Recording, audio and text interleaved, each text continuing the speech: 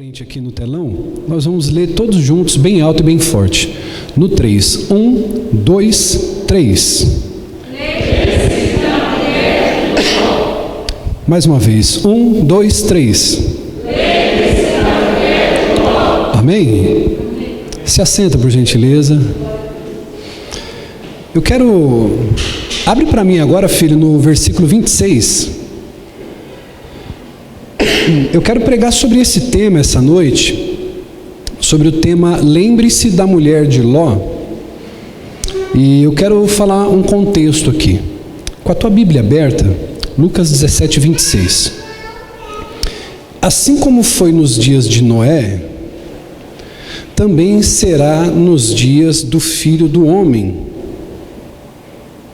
O povo vivia comendo, bebendo, casando-se e sendo dado em casamento, até o dia que Noé entrou na arca. Então veio o dilúvio e os destruiu a todos. Versículo 28. Aconteceu a mesma coisa nos dias de Ló. O povo estava comendo, bebendo, comprando, vendendo, plantando e construindo. Mas no dia em que Ló saiu de Sodoma, choveu fogo e enxofre do céu e os destruiu a todos. Versículo 30, olha só que poderoso isso. Acontecerá exatamente assim no dia em que o Filho do Homem for revelado. Naquele dia, quem estiver no telhado da sua casa não deve descer para apanhar os seus bens dentro de casa. Semelhantemente, quem estiver no campo não deve voltar atrás por coisa alguma. Versículo 32. Lembrem-se da mulher de Ló. Quem tentar, versículo 33, conservar a sua vida, perderá. E quem perder a sua vida, preservará. E você diga amém. Amém. Queridos, esse texto aqui que a gente acabou de ler, nas palavras do escritor, fala sobre os aspectos do fim dos tempos. Ele faz um paralelo, ele faz um comparativo com o fim dos tempos. E ele usa como exemplo os tempos de Noé, a geração de Noé, e os tempos de Ló, a geração de Ló. Obviamente que fala de um período diferente na época da história, mas que eles se assemelham pelos aspectos que ambos têm. Na literatura judaica, a geração de Noé é uma imagem comum para representar o mal. Toda vez que se fala de uma geração corrupta, uma geração perversa, automaticamente já se arremete para a geração de Noé. E essa geração, essas pessoas, elas viviam ignorando um juízo eminente.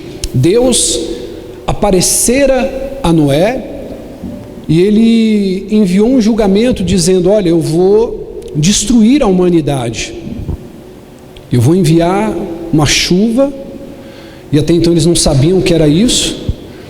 E Noé achou graça diante dos olhos do Senhor, aonde Deus revelou o seu plano para Noé, e ali ele diz então o que iria fazer. E a Bíblia diz que aquela geração era perversa, era corrupta, eles estavam vivendo os seus dias normalmente, ignorando o juízo que viria sobre a terra. E aí então a gente percebe e sabe o final da história. A grande chuva vem, todos ali morrem e só é salvo Noé, a sua família e os animais que entraram na arca. Tem muitos textos judaicos que Sodoma, ela está ligada ao símbolo do mal, e com frequência ela está associada à geração de Noé, ou uma geração sodomita, uma geração perversa, maligna. E aí tem outro detalhe também no texto que a gente leu, que fala sobre o telhado das casas. O teto das casas era plano, não é como as casas de hoje em dia. E esse teto, ele era usado para vários propósitos, porque as escadas eram externas e levavam até o teto. Você não subia no teto da casa pelo interior da casa, era pela parte do quintal, pela parte de fora. E aí então o texto diz que aqueles que ouvirem isso, que eles desçam e não peguem nada dentro de casa. Isso nos leva ao entendimento de que isso é uma ação apressada, de que quem está fazendo o que está fazendo não vai poder perder o seu tempo querendo pegar os seus bens dentro de casa, querendo pegar a maquiagem, pegar as joias, pegar o dinheiro. Isso é uma ação apressada, imediata. Então isso leva ao entendimento de que tem que deixar para trás os próprios bens, a propriedade, as preocupações mundanas. Isso por causa de duas características. Porque o rei, quando andava naquele tempo, ele andava com a sua comitiva. E quando o rei, principalmente, ele era muito bem visto, muito bem querido, bem quisto pela população a qual ele governava e reinava, essa comitiva passava e as pessoas passavam para celebrar. Você vê, por exemplo, quando um político, hoje em dia está difícil isso, mas um político ele vai fazer um pronunciamento, ele vai para algum lugar e ali os seus apoiadores se reúnem para ouvir ele discursar. Então era mais ou menos esse o cenário. Então esse fato de descer dos telhados, eles levam a dois entendimentos. Primeiro, para alcançar a rua e saudar o rei que está voltando de um compromisso ou indo a um compromisso. Então a pessoa ela tem que descer correndo do telhado, ela não vai se preocupar em pegar nada dentro de casa, para ela não perder essa passeata, essa procissão, essa vinda do rei, ou para fugir de um juízo eminente. Então, quando a gente olha para esse texto, o versículo 32, ele foi muito enfático. E ele disse o seguinte: lembrem-se da mulher de Ló. E aí quando eu olhei para esse texto, eu vi que a mulher de Ló, a esposa de Ló, ela foi escolhida como uma advertência para aqueles que vivem nos últimos dias. Ela foi usada como um exemplo para as pessoas que viverão nos últimos dias. E aí eu quero fazer uma pergunta aqui com você, eu queria que você pensasse a respeito dela. Por que a Bíblia usa a mulher de Ló como exemplo? Por que não usar, por exemplo, Sara, que foi a mãe da fé? Por que não usar Sara, esposa de Abraão, como um exemplo? Por que não usar, por exemplo, Ana, que foi uma mulher que teve um filho chamado o profeta Samuel? Por que a Bíblia não usa como exemplo, por exemplo, Ruth, que acompanhou Noemi, que teve um livro dedicado ao seu nome na Bíblia, foi uma mulher extraordinária? Por que não Maria, mãe de Jesus? Por que esse texto diz, lembrem-se da mulher de Ló? E quando eu comecei a estudar, comecei a buscar o Senhor, essa mulher de Ló, ela tem algumas coisas para ensinar para a gente, acerca do fim dos tempos. É sobre isso que eu quero refletir com você essa noite. Não que esse seja um sermão apocalíptico, não, mas ele é um sermão reflexivo. Lembrem-se da mulher de Ló. Então o contexto da história daquele tempo é muito parecido com o nosso. E a primeira característica que eu percebo na mulher de Ló, a primeira coisa que ela vai nos ensinar, e que a gente vai poder fazer um paralelo com aquele tempo, com os dias de hoje. Primeiro, ela tinha o privilégio de ser uma mulher religiosa. Isso é um privilégio. Hoje nós vivemos esse privilégio aqui no Brasil. A gente vê na América, em alguns outros países, mas se você vai mais, por exemplo, para a Europa, se você vai mais ali para a Ásia, se você pega países como China e outros países comunistas, é proibido pregar o Evangelho, é proibido você viajar até lá para turismo, para conhecer. E aí quando a gente olha para a mulher de Ló, a primeira coisa que a gente vê dessa figura que representa o fim dos tempos, e hoje mesmo sendo o dia dos pais, eu quero aqui até externar o parabéns a todos os papais, amém? Eu quero falar dessa mulher, mas o contexto aqui é as lições da vida dela. E essa é a primeira característica: ela tinha o privilégio de ser religiosa, ou de poder praticar a sua espiritualidade. Ela participou das experiências de Abraão. Quem lembra lá em Gênesis capítulo 12, quando Deus fala para Abraão: sai da tua terra, sai da tua tenda, da tua parentela e vai para uma terra que eu te mostrarei. A mulher de Ló participa da jornada de experiência de Abraão, participa da chamada de Abraão, participa dessa peregrinação, até porque a Bíblia diz que quando Abraão vai em direção a essa terra que Deus o havia prometido, ele chama, aliás, o seu sobrinho Ló vai com ele.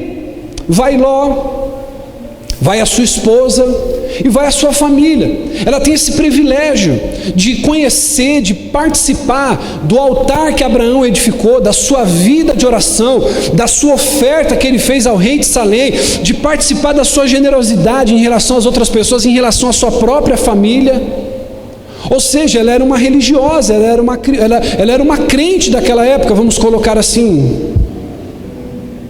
Então ela tinha esse privilégio de poder expressar a sua fé, de poder adorar o seu Deus. A gente vê que em 2 Pedro 2,7 ela tinha mais um privilégio.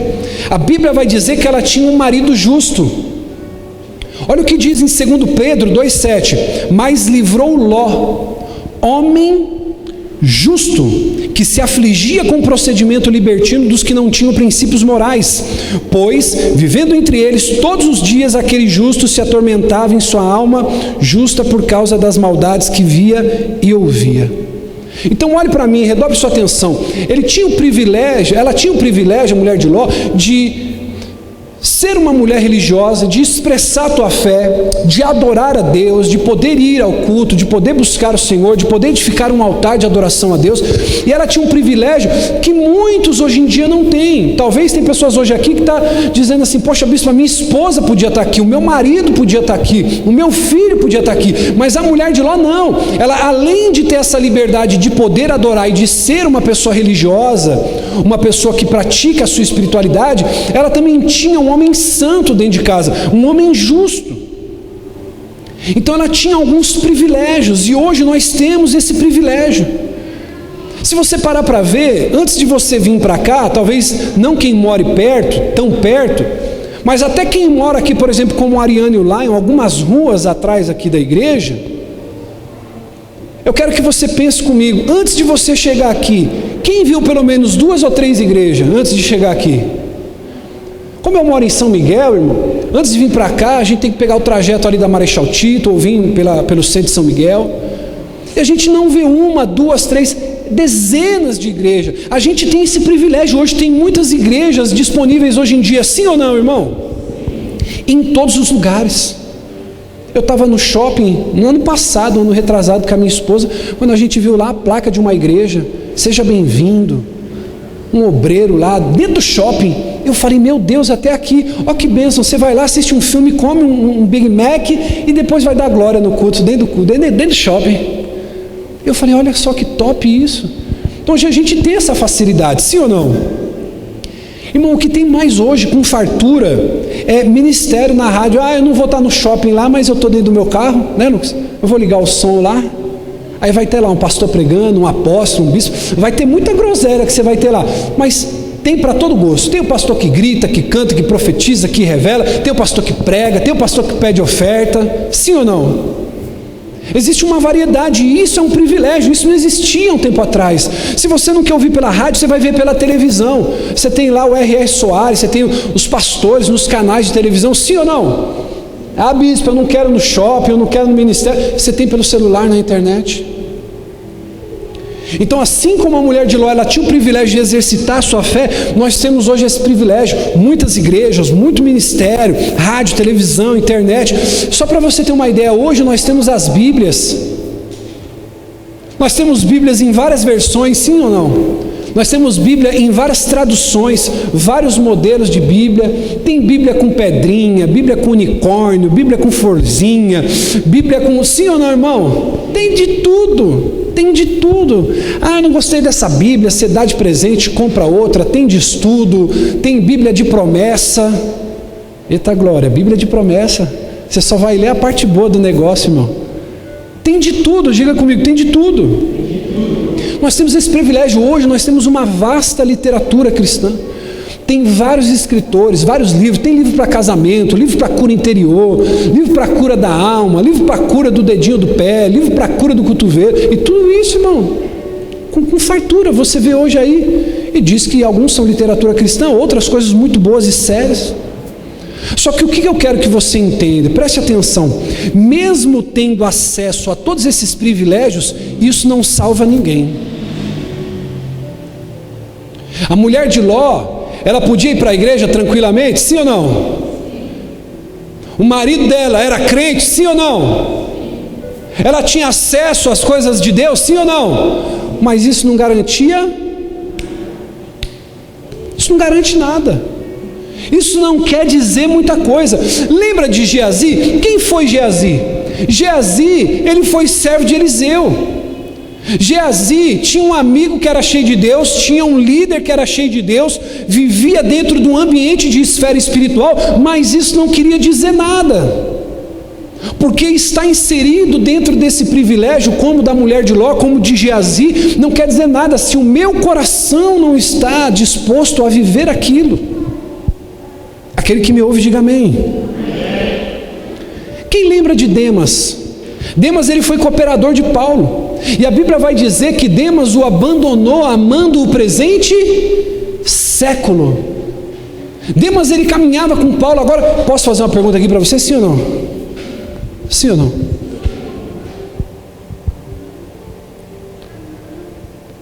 Se você pudesse escolher, irmão, ser amigo de Paulo, você seria um homem cheio do Espírito Santo, cheio de Deus? Se você pudesse ser amigo de Abraão ou de Paulo, eu fico pensando, o que leva um homem como Demas a abandonar no momento de precisão um homem como Paulo? Ô bispo, o que o senhor está querendo dizer? O que eu quero dizer é que não basta você estar inserido dentro de um ambiente religioso, não basta você ter o privilégio. Tem muita pessoa que está caminhando, se enganando. Ela vem para a igreja, ela oferta, ela até dizima, ela é amiga do pastor, ela conhece uma pessoa que é cheia do Espírito Santo, cheia de Deus, mas no fundo o evangelho não penetrou no coração dela. O evangelho não penetrou na alma dela ainda, a ponto de ela viver como se deve viver. Quem lembra aqui de Judas? Foi discípulo de Jesus. Judas foi discípulo de Jesus. Eu te faço uma pergunta: tem um pastor melhor do que Jesus, irmão?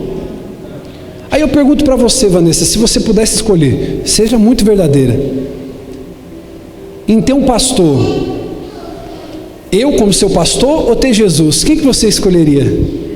Jesus, irmão.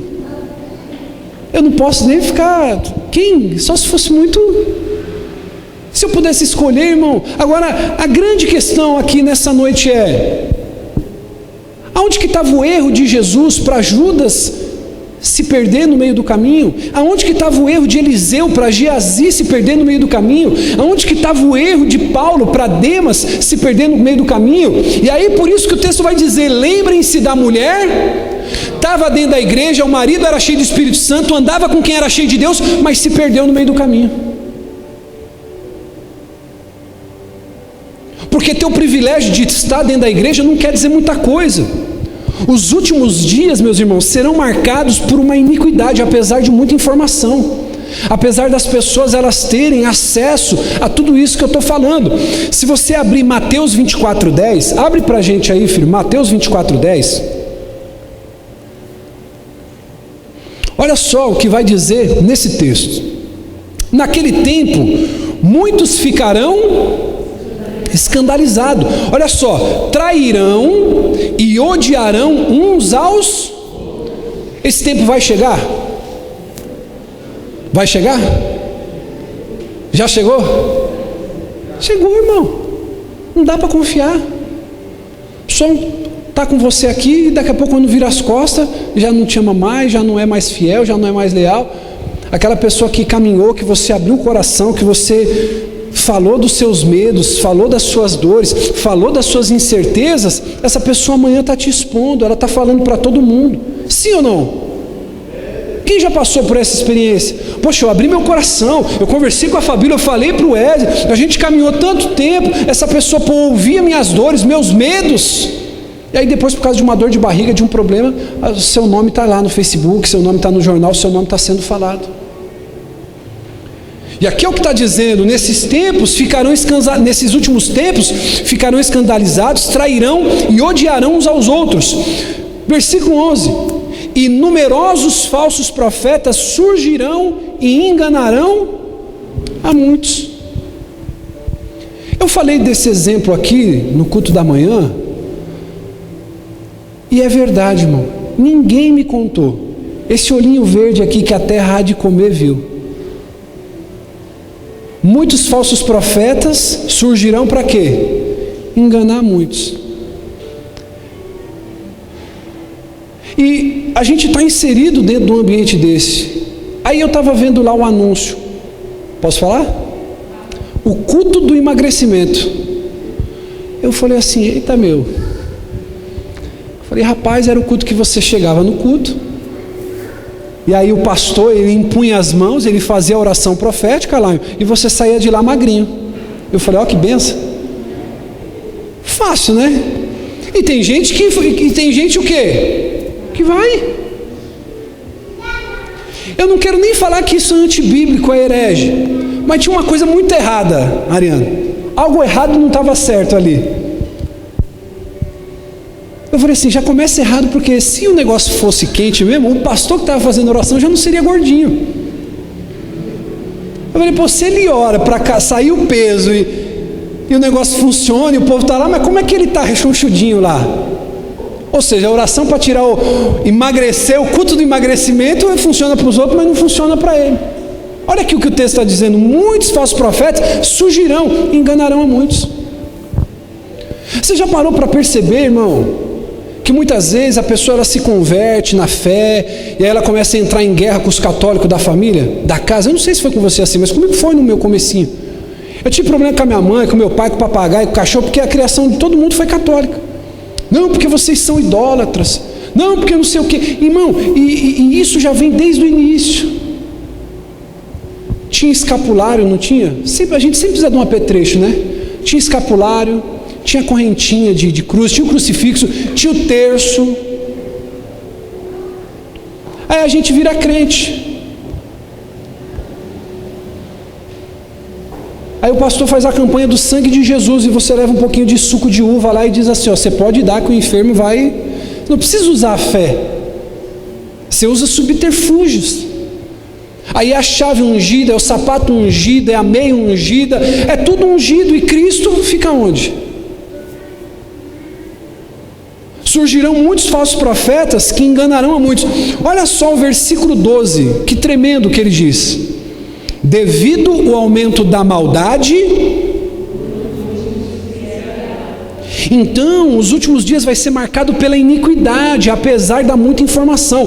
Preste atenção, você que está aqui essa noite. Essa pregação, esse sermão, não é para o teu amigo que não veio, é para você. Diga amém.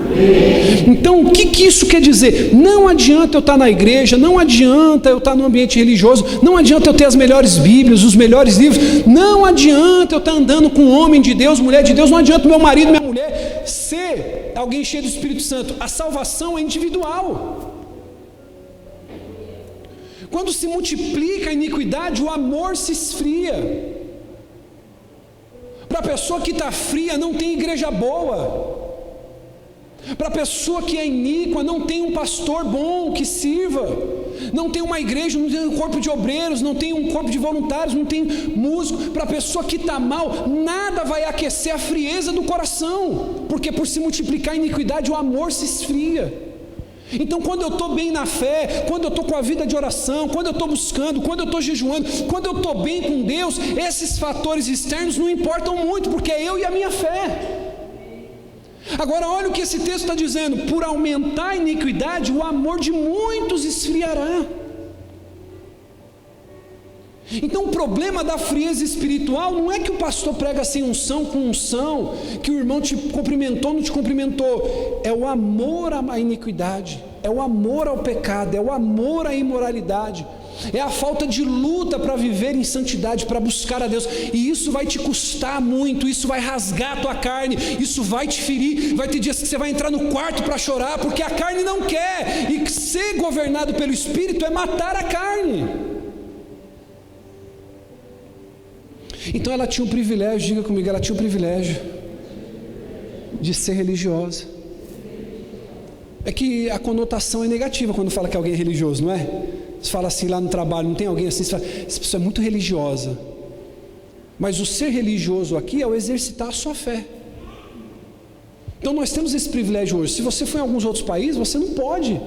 Você morre se você andar com uma Bíblia. A outra coisa que eu percebi, ela estava inserida dentro de um ambiente religioso. E outra coisa muito importante que eu vi, os parentes da mulher de Ló oravam por ela. Agora imagina, ser amigo de Abraão, dentro de um ambiente religioso, seu marido, sua esposa, mulher de Deus, uma mulher justa, um homem justo, e você ainda tem parente que ora por você. Diga eita glória. Abraão, sem dúvidas, irmão, orou por Ló e pela sua esposa. Lembra quando Abraão intercedeu para poupar Sodoma e Gomorra? Está lá em Gênesis 18, não precisa abrir, se você quiser depois ler em casa. Gênesis 18 vai dizer quando apareceu os anjos a Abraão, e os anjos disseram para ele o seguinte: ó Abraão, nós vamos ir até Sodoma e nós vamos lá para ver se é verdade que a gente tem ouvido falar. A iniquidade daquele povo chegou até Deus. E aí Abraão olha e diz assim: ó Senhor, deixa eu te fazer uma pergunta aqui, só nós dois, Senhor. Se tiver 50 justos na cidade lá, o Senhor vai poupar aquela cidade? Aí os anjos dizem assim: olha, por amor aos 50, eu vou poupar a cidade. Aí ele diz assim: olha, eu sei que eu estou falando demais, mas é só para ter certeza. Vai que não tem 50 lá, se tiver 40 justo, o Senhor poupa a cidade? Aí ele diz: por amor aos 40, Abraão, eu poupo a cidade. Abraão, que não era bobo nem nada, ele vai aprofundando na intercessão. Ele diz assim: Senhor, vai que não tem 40, vai que o povo lá está meio desavidado, se tiver 30, e assim ele vai, se tiver 30, se tiver 10, e aí ele chega ao como dizer assim: ó, Senhor, eu sei que eu estou me atrevendo demais em falar a tua presença. Intercessão, diga intercessão. O que ele estava fazendo? Orando, falando com o anjo. Olha, se tiver, porque ele sabia que Ló e a sua família estavam lá em Sodoma. Ou seja, ele falou: poxa, a destruição vai ser iminente naquele lugar, então eu vou falar com aquele anjo, ó, se tiver algum justo lá. Aí ele chega: se tiver 5 justos, ele diz assim: Abraão, por amor aos 5 eu vou poupar a cidade. Agora olha só que algo poderoso. A Bíblia vai dizer que alguém foi buscar Ló para sair da cidade de Sodoma e Gomorra. Quem foi retirar Ló da cidade? Quem foi? Agora preste atenção comigo, olha o poder da oração. A oração leva anjos até o lugar. A mulher de Ló cresceu dentro de um ambiente religioso, com amigos de Deus, dentro de um ambiente de fé, com amigos cheios de Deus, amiga de Abraão, e os seus parentes, seus familiares orando, e ela recebendo o livramento, porque até então Ló e a sua esposa não queriam sair de Sodoma e Gomorra. Eles queriam permanecer lá, mas a intercessão foi tão forte, tão assertiva, que a Bíblia diz que os anjos foram lá, 2 anjos, e tiraram eles de lá. Agora olha só, irmão, a oração trouxe livramento para Ló e para sua casa. Quantas pessoas que estão aqui essa noite que estão tendo livramento porque tem parente que está orando por você, pessoas que amam a tua vida,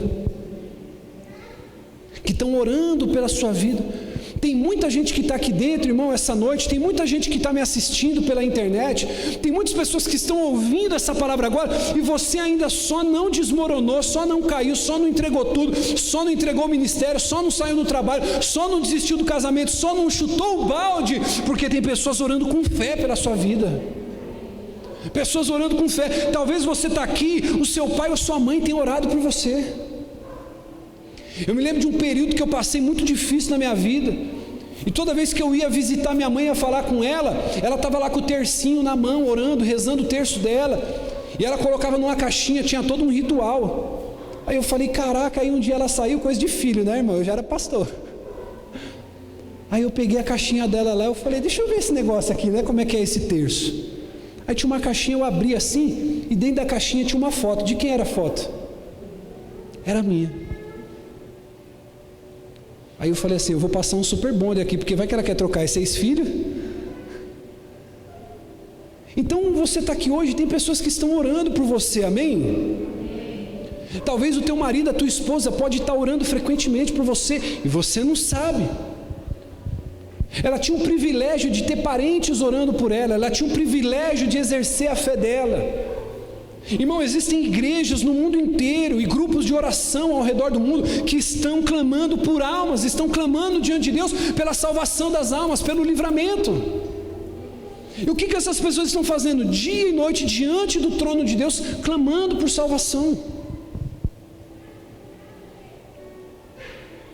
Isso aqui é muito poderoso, irmão. A oração, ela tem poder, ela funciona, ela dá certo, mas para aquele que a pratica, sim ou não? Oração é igual exercício físico. Quem aqui já precisou fazer dieta, aqui, exercício para emagrecer um pouquinho? De verdade, gente, vai, seja verdadeiro. Posso falar isso aqui, sim ou não? Mas quantos desistiu no meio do caminho? Seja verdadeiro, seja honesto. Por quê? Eu estava fazendo um cálculo rápido. Você sabe quantas calorias tem uma fatia de pizza? Uma fatia de pizza. Sabe? Faz ideia? Não. Vocês estão magrinhos, né? Vocês nem faz conta disso. Não sabe, né? Larissa também magrinha. Ela precisa comer bastante pizza. Tem alguém que sabe?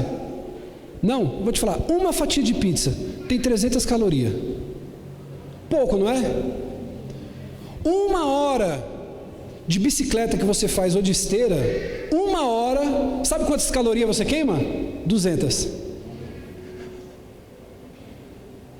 200 calorias com 1 hora de esteira, caminhando ou de bicicleta. Ou seja, se você comer uma fatia só, que é muito difícil, mais um copo de coca, já lenhou tudo, irmão. Então por que tem muita gente que desanima? Porque o resultado não é imediato. Aí a pessoa fala, pô, quer saber? Eu estou correndo, eu estou malhando, estou puxando ferro, estou fazendo bicicleta e não está acontecendo? Porque geralmente é assim. Você começa a cuidar de você, você não vai ver acontecer na hora, você vai ver acontecer depois. É igual quando você entrou na faculdade. Quem já fez faculdade, algum tipo de curso?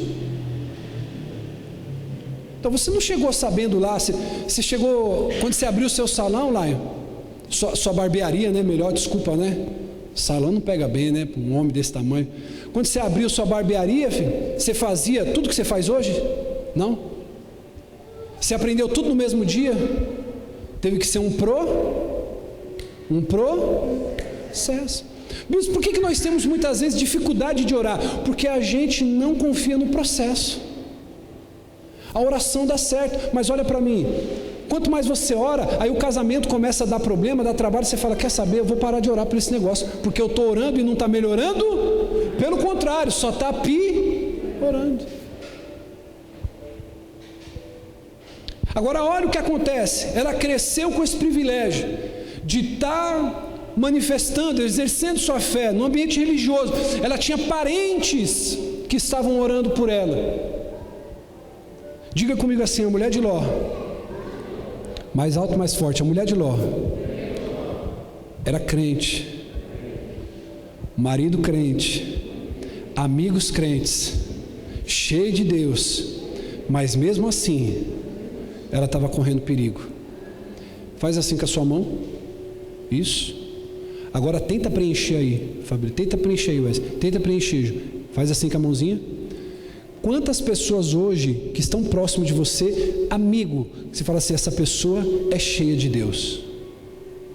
pessoa de casa, não é aquela pessoa que enche, história da carochinha. Não, eu vou para a igreja, mas você vê que ela deixa um negócio aqui, ali está errado, compra, mas não paga, pede emprestado, não devolve. Sempre tem alguma coisa na vida da pessoa. Não estou falando dessa pessoa, eu estou falando daquela pessoa que tem as brechas tapadas. Você fala assim, poxa, a pessoa no casamento está ok, na vida financeira está ok. Não é que a pessoa é rica, isso, aquilo, não. A pessoa está ok ali, ela não dá brecha, é uma pessoa que procura caminhar certinho. Um homem de Deus, uma mulher de Deus. Quantos aqui conseguem preencher a mão aqui, levanta assim e fala, bispo, eu estou cheio de pessoas, cheio de Deus na minha vida. Tem alguém? Agora olha assim, se a mulher de Ló estava em perigo, imagina eu e você. Ela cresceu num ambiente religioso, ela tinha por amigo Abraão, um homem de Deus, ela tinha parentes que estavam orando sistematicamente por ela, mas mesmo assim ela estava correndo perigo. Diga misericórdia. Em meio a todos esses privilégios que ela tinha, as posses que ela tinha, porque ela chegou a enriquecer muito, a Bíblia diz que ela enriqueceu tanto com o seu marido que se separaram de Abraão. Mesmo com tudo isso, mesmo com as posses que ela tinha, ela ainda pereceu. Ela pereceu. Então agora preste atenção que eu quero dizer para você, querido, nessa noite. Não deixe a vida que você está levando te enganar, achando que está tudo bem. Aquela mulher cresceu dentro do ambiente da igreja, tinha amigos cheios de Deus, o marido era uma bênção, um homem de Deus, mas ela pereceu. Ela não encontrou a salvação. Bispo, por quê? Porque ela desobedeceu. Mesmo estando dentro da igreja, mesmo estando dentro do obediente, dentro desse ambiente, o coração não estava disposto, inclinado a servir e obedecer o Evangelho. A pergunta que eu faço para você que me ouve agora, nessa noite, olhe para mim, por favor, redobre a atenção. O que a mulher de Ló levou com ela? O que ela levou com ela? Ela não levou nada, diga, ela não levou nada. Então eu e você precisamos tomar cuidado, porque olha o que o texto diz: lembrem-se da mulher de Ló. Por que está dizendo lembre-se da mulher de Ló? Porque ela tinha tudo para dar certo, mas ela deu. Talvez é como muitos que estão aqui essa noite, cresceu dentro da igreja, vai para a igreja, conhece tudo da igreja, tem amigos que estão dentro da igreja, mas no final vai se perder. Porque o coração não está inclinado em obedecer o Senhor, obedecer a sua palavra. O destino dela se tornou o mesmo destino dos seus tesouros. Qual, bispo? Pereceu. Pereceu. Assim como os bens dela pereceram, ela pereceu junto. Então eu preciso tomar cuidado, querido, nessa noite, essa palavra. Daqui a pouquinho nós vamos participar da ceia. E você e eu precisamos entender que não basta ter o privilégio de poder exercer minha fé, de caminhar dentro da igreja, de ter amigos cheios de Deus, da minha esposa, do meu marido ser cheio do Espírito Santo. A pergunta nessa noite é: como está a tua vida? Como anda a tua vida? O anjo foi até Sodoma e Gomorra e falou assim: ó, vocês vão sair da cidade e não vão olhar para... Falou, vocês não vão olhar para trás. Só que no meio do caminho, o que a mulher de Ló fez? Ela olhou. Então, quando ela olha para trás, ela revelou algumas coisas para mim e para você. O que ela revelou? A primeira coisa, ela revelou a desobediência.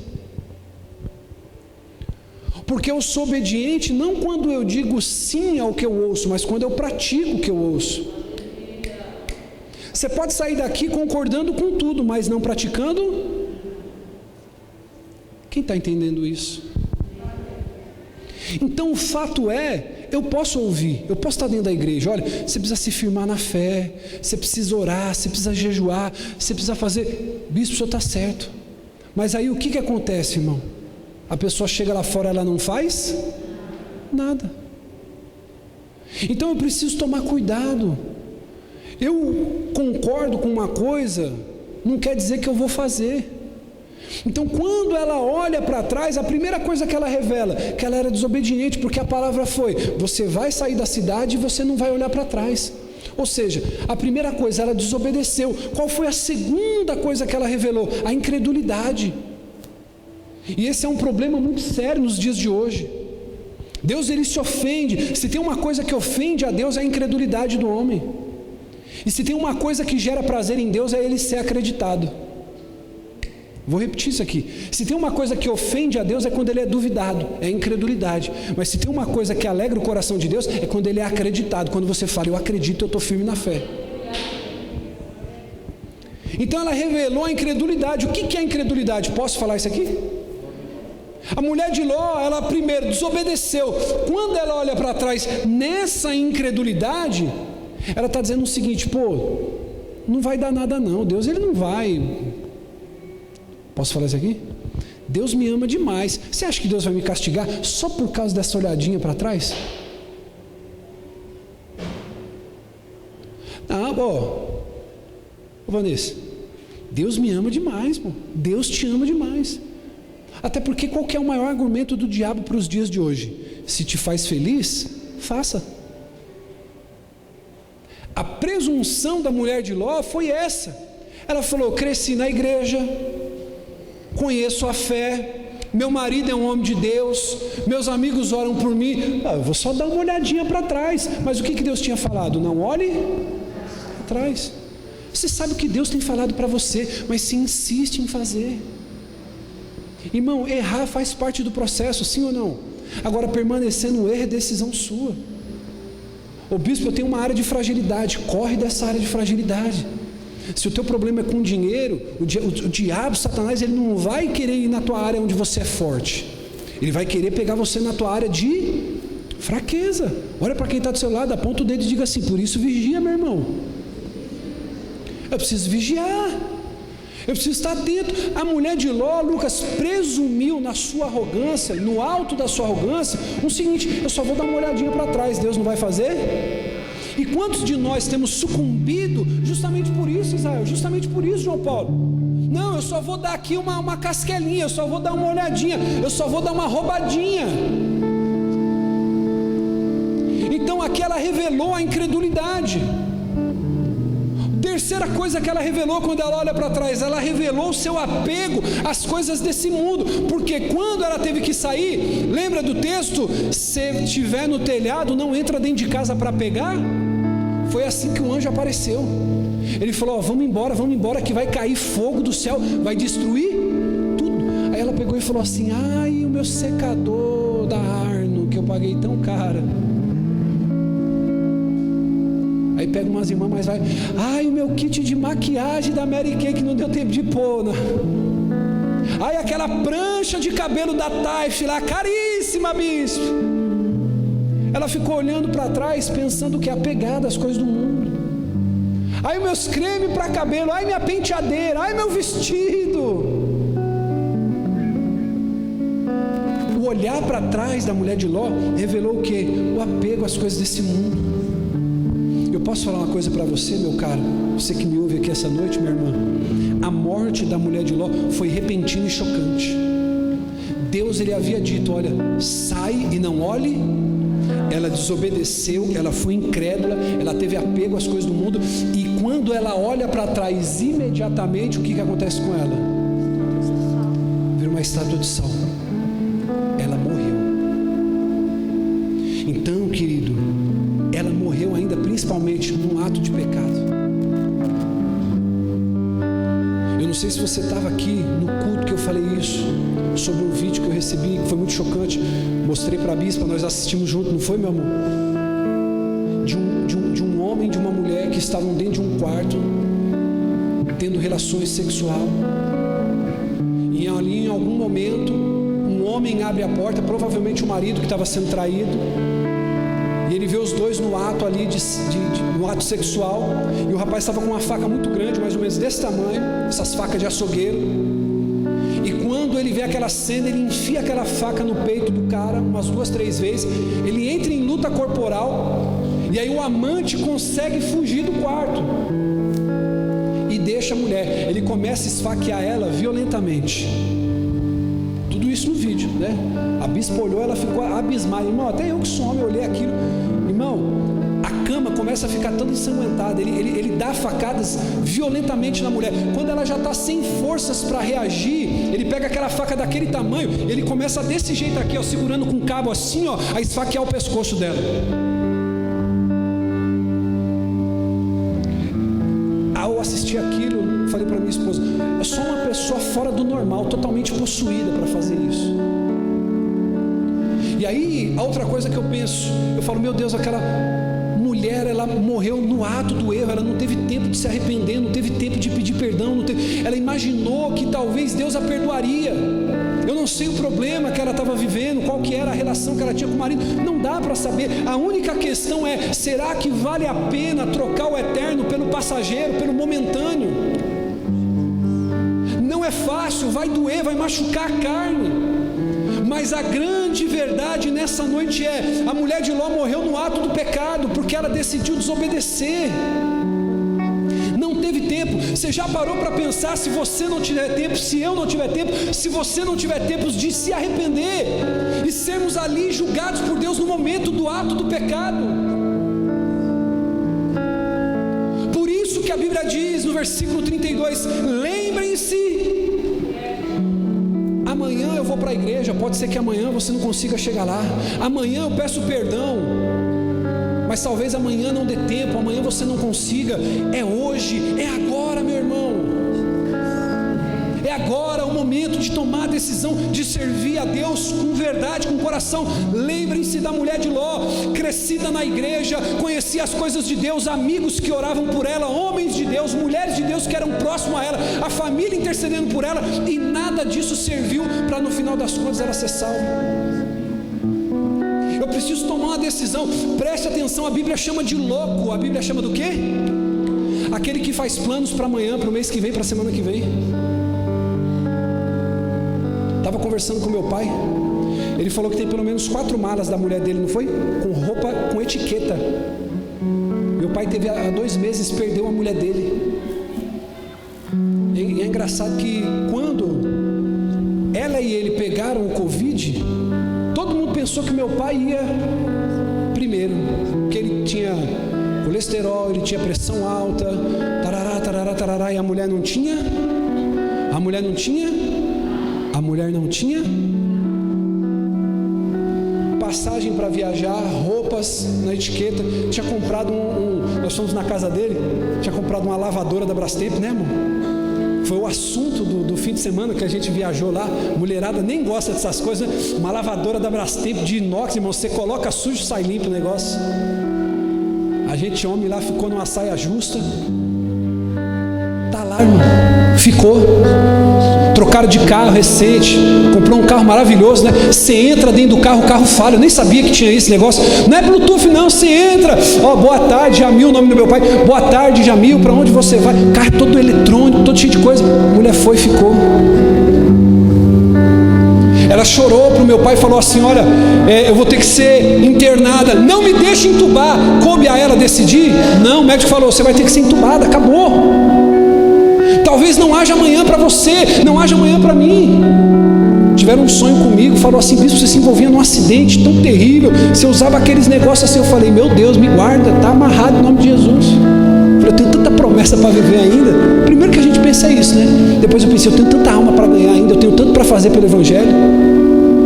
Mas talvez amanhã não exista oportunidade para você se arrepender. Então qual foi o problema? Existiu uma condenação, existiu uma palavra de juízo contra aquela nação, contra aquele povo de Sodoma e Gomorra. E a mulher de Ló, assim como nos dias de Noé, não acreditou. Estavam vivendo normalmente, casando-se, dando em casamento, comprando, construindo, bebendo, comendo.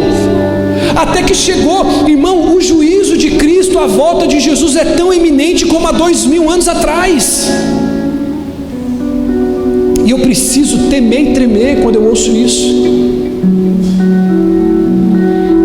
Então, querido, nós estamos vivendo num local condenado também, nós estamos debaixo de um juízo. O que, bispo? Esse mundo já tem um veredito, esse mundo vai passar. Olhe para quem está do seu lado e diga assim: você não pertence a esse mundo. Olhe para mim, preste atenção. Você gosta do carro que você tem, ele não vai permanecer. Você gosta da casa que você tem, não vai ficar pedra sobre pedra. Tenta chegar hoje lá, irmão, olha a sua conta bancária, olha o seu armário, olha as suas roupas, olha suas joias, olha sua conta no banco, e eu vou dizer uma coisa para você: daqui 20, 30, 40, no máximo 50 anos, nada disso vai importar. No final das contas, irmão, vai ser você e a sua alma, aonde ela vai passar a eternidade. Olha o que diz em 2 Pedro 3, versículo 11, e eu encerro aqui, se coloque de pé.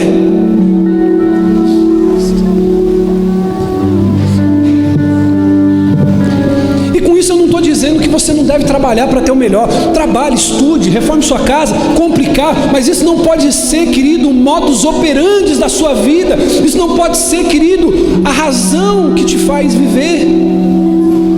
Olha o que diz o texto: visto que tudo será assim desfeito, que tipo de pessoas é necessário que vocês sejam?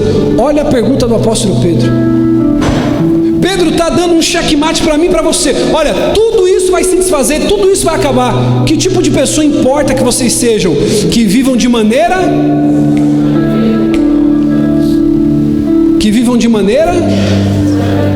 Ele não diz aqui, ó, que vivam com frequência dentro da igreja, que vivam com frequência de oração, de jejum. É isso que está dizendo? Que vivam de maneira santa e piedosa. Tudo isso vai passar. Então importa que vocês vivam como? De maneira santa e piedosa.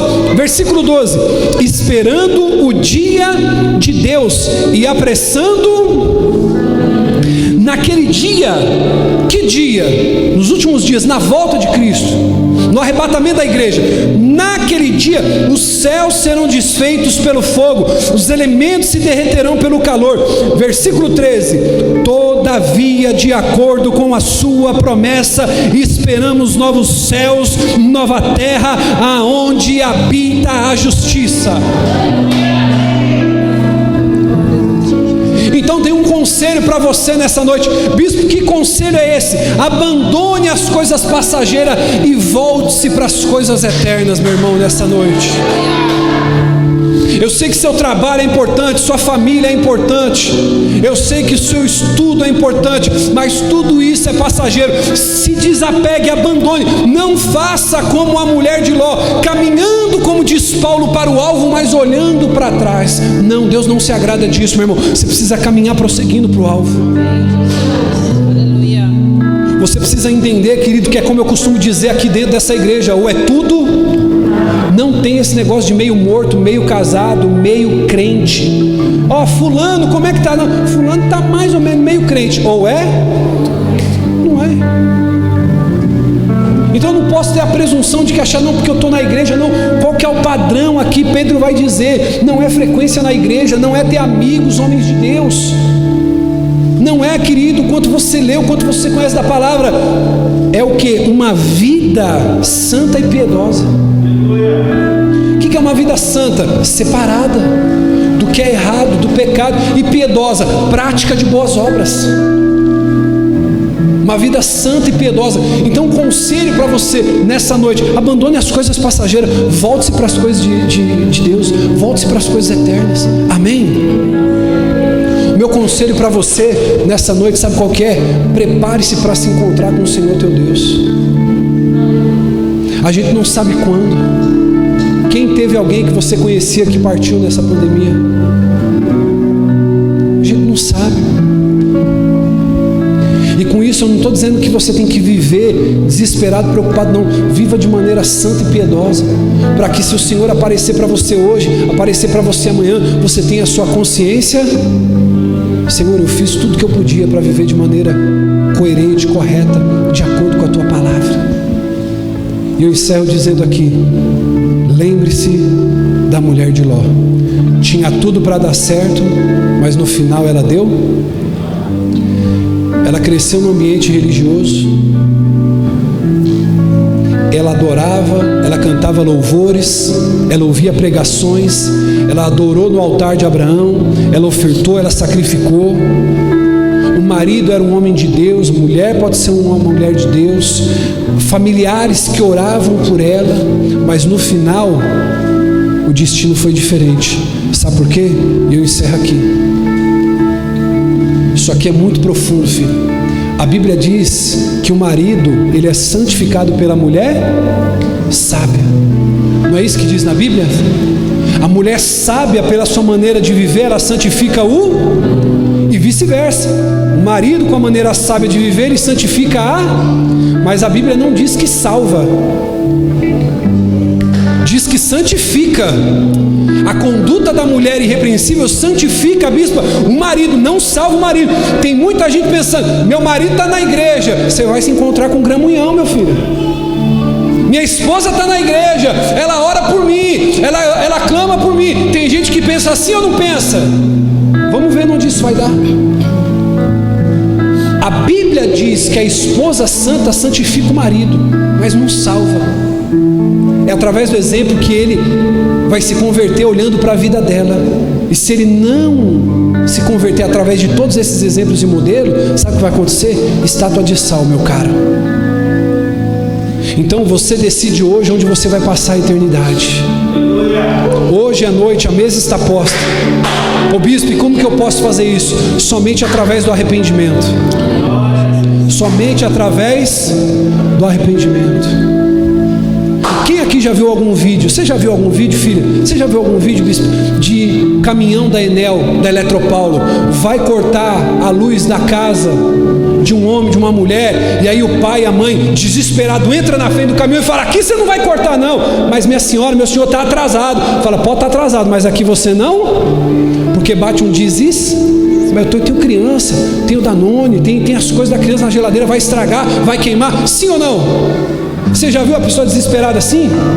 É mais ou menos isso que você tem que fazer na fé. Se desesperar: Senhor, minha vida não dá para continuar desse jeito, eu preciso de ajuda. É você ter uma conversa séria com Jesus. Falar: Senhor, da maneira que dá, ou o Senhor me mata, ou o Senhor me converte. Mas eu não posso continuar desse jeito. Eu preciso, na verdade, viver de acordo com o que eu falo. Eu sei que eu posso errar, Senhor, mas o pecado vai ser um acidente, não vai ser premeditado, não vai ser planejado. Eu vou colocar minha vida de vez no teu altar. Eu vou viver para ti. Se não for para ser assim, me leva. É assim, meu irmão. Não vai ter jeitinho. Sua mulher pode ser uma mulher de Deus como for, teu marido pode ser um homem de Deus como for. Você pode ter crente orando por você 24 horas. Se você não andar pelos caminhos da justiça, não existe conversa, não existe acordo. Pare hoje o modo de viver que você está vivendo. Abandone as coisas desse mundo. Pare de querer ficar olhando para trás. Pare de querer correr para dentro de casa, como diz o texto. Não vai dar tempo, irmão. Quando Jesus voltar para você, não vai dar tempo de consultar, de pedir perdão. Não adianta. Irmão, deixa eu dizer uma coisa para você. Sabe aquela pessoa que às vezes está no leito da cama e ela descobriu o diagnóstico de câncer, alguma coisa, no último momento dela, aí vai lá o missionário, vai o pastor, vai o bispo, vai o apóstolo, vai orar e fala assim: pô bispo, eu estou pregando isso para você, eu estou te ensinando, irmão, tenta entender. Aí a pessoa fala assim: não, eu entrego minha vida a Jesus. Você acha que essa pessoa vai para o céu mesmo? Ela teve uma vida inteira de escolha e oportunidade. Aí no último suspiro, eu estou dizendo que isso aqui é muito pessoal, isso aqui é muito polêmico, isso aqui é como seu pastor eu posso falar. Outra pessoa para subir aqui é complicado para falar isso. Se aquela pessoa precisasse, filha, de 1 ano, e Deus olhasse e falasse: vai se converter de verdade, você acha que Deus não daria mais 1 ano? Então eu não posso acreditar que no último momento do meu suspiro eu me arrependo de tudo, Senhor. Poxa, mas você teve uma vida para caminhar no certo, fazer o que é certo, caminhar de maneira correta, escolher o que é certo. Então lembre-se da mulher de Ló. Ela tinha tudo para dar certo. Irmão, não se engane. Eu encerro aqui. Posso falar uma coisa para você? Lucas, de 1 a 10, quanto você ama a tua filha? 10. Larissa, de 1 a 10, filho, quanto você ama teu menino? 10. De 1 a 10, quanto você ama esse bebezinho que está aí, filho? Quanto você ama o teu menino? 10? Agora deixa eu fazer uma pergunta aqui. De 1 a 10, quanto você ama a tua filha, filho? 10? Mais que 10, né? Glória a Deus. Deixa eu dizer uma coisa para você, Lucas. Você já precisou corrigir tua filha, dar um tapinha na bundinha? Então você não ama 10 tua filha nada? Como que um pai que diz que ama um filho, corrige um filho, bate no filho? Porque quem ama não diz sim para tudo.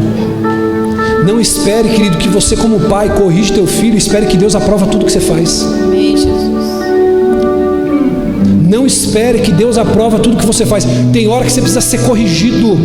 Tem hora que você precisa, desculpa aqui a maneira vulgar de falar, colocar o rabinho embaixo das pernas, baixar tua bola, baixar a cabeça e dizer: eu preciso ser orientado, eu preciso ser corrigido, eu preciso aprender. Porque se você ama de 1 a 10, 10 a tua filha e corrige, não espere que Deus aprove tudo que você faz. Então, deixa eu dizer uma coisa para você aqui, meu amigo, minha amiga. Não tenha essa conversa. Não acredite quando dizem para você que Deus te ama do jeito que você é. Deus te ama do jeito que você é, mas te ama mais ainda para permitir que você fique do jeito que está. Eu falei muito rápido, né? Vou repetir. Deus te ama do jeito que você é, mas Ele te ama tanto que Ele não permite que você fique do jeito que está. Ou seja, olha para quem está do seu lado e diga assim: tem que nascer de novo. Diga assim, ó, tem que se converter. Diga para quem está do seu lado assim, ó, a verdade é, tem que tomar vergonha na cara. Tem que largar o pecado, tem que abandonar, tem que tomar uma decisão, irmão.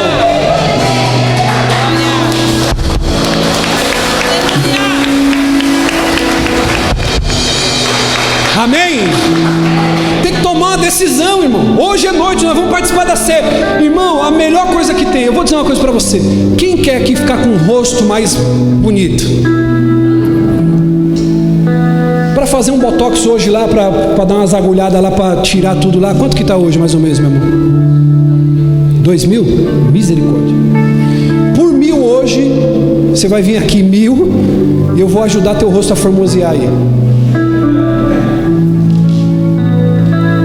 A Bíblia diz que o coração alegre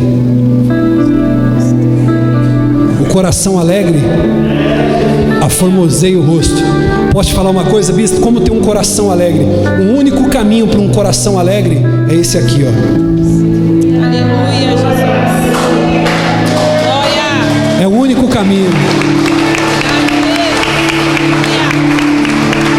O único caminho para um coração alegre. Deus te conhece do jeito que você é, do jeito que eu sou, do jeito que você é. Fala assim: Senhor, não dá. Sabe quando você queria fazer birra com a tua mãe, com o teu pai? Ah, mas eu queria ir pro Play Center. Ixi, me senti velho agora. Play Center nem tem mais, né? O Hopi Hari. Ah, eu queria ir pro Hopi Hari, eu queria ir pra excursão. Não vai. Ah, mas eu queria o Nike, eu queria aquele brinquedo. Não dá. Aí você diz: ninguém me ama, eu também não pedi para nascer. Por que vocês quiseram que eu estivesse aqui? É essa conversa que você tem que ter com Deus. Fala assim: minha natureza velha tem que morrer. Eu não pedi para nascer, eu não pedi para estar aqui. Foi o Senhor que me colocou. Me faz viver o teu propósito do jeito que o Senhor planejou, não do jeito que eu quero. Você tem muito potencial, eu tenho muito potencial, mas nós estamos vivendo no raso daquilo que Deus tem para a nossa vida. Um coração alegre. Vou dizer uma coisa para você: volte a chorar na presença de Deus. Volte a chorar na presença de Deus. Volte a pedir perdão pelos seus pecados. Volte a chorar pela sua carne. Volte a chorar pelos seus desejos. Volte a chorar pela sua carnalidade. Volte a buscar a Deus.